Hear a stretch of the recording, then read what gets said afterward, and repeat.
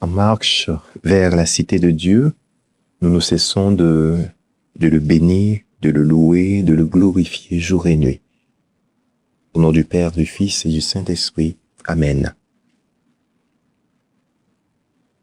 Dans cette méditation, cette dernière méditation sur la foi, cette 5e partie de la méditation sur la foi, je nous propose une sorte de récapitulation de tout ce que nous avons vu, de tout ce dont nous avons parlé dans les 4 précédentes méditations.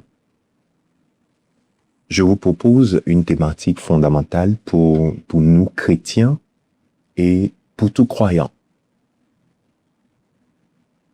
Nous avons parlé de la foi. Nous avons évoqué certaines figures de la foi, en l'occurrence Abraham, début de l'Ancienne Alliance, livre de la Genèse à partir du chapitre 12. Et donc, nous nous sommes rendus compte que Marie est une sorte de chevauchement entre l'Ancienne et la Nouvelle Alliance, entre le oui des hommes de Dieu dans l'Ancien Testament et le fiat dans l'Ancienne qui s'ouvre vers la Nouvelle Alliance. Marie a un pied dans l'Ancien et un autre dans la Nouvelle. Elle vit l'Ancienne Alliance pour nous conduire dans la Nouvelle Alliance. On se rappelle bien dans le livre des Actes des Apôtres où la mère de Jésus était tout le temps présente.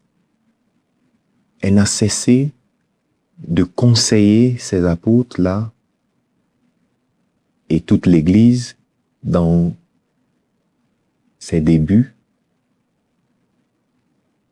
Dans le début de la foi chrétienne, elle était celle-là même qui formait, instruisait, donnait de son intelligence, de son savoir, donnait de sa vie chrétienne à ses premiers apôtres, largués dans le monde pour évangéliser jusqu'aux confins de la terre. C'est un exemple pour nous de toujours voir l'importance de Marie à nos côtés. Elle est le tabernacle vivant de transition entre une bonne compréhension de l'Ancienne Alliance et une meilleure compréhension de la Nouvelle Alliance. Marie fait partie de ces 6 personnages sur la progéniture mystique. Il y a Abraham et Sarai, après dans Genèse 12, Zacharie, prêtre officiant dans le temple, Élisabeth, la femme de Zacharie, Joseph, le fiancé de Marie.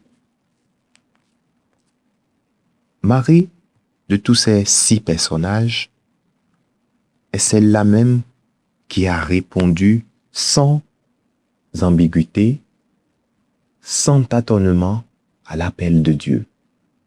Elle est celle-là même qui, je le disais déjà, dans le livre des Actes des Apôtres, était tout le temps à côté de ces derniers en tant qu'instructrice.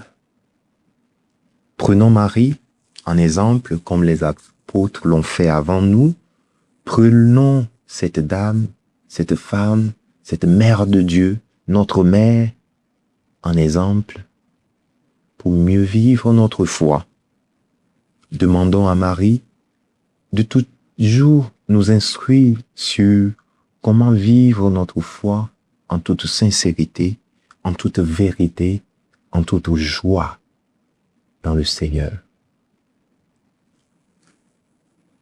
Que cette figure remarquable de Marie puisse nous aider à toujours cheminer avec un cœur libre, détaché, joyeux en Christ. Amen.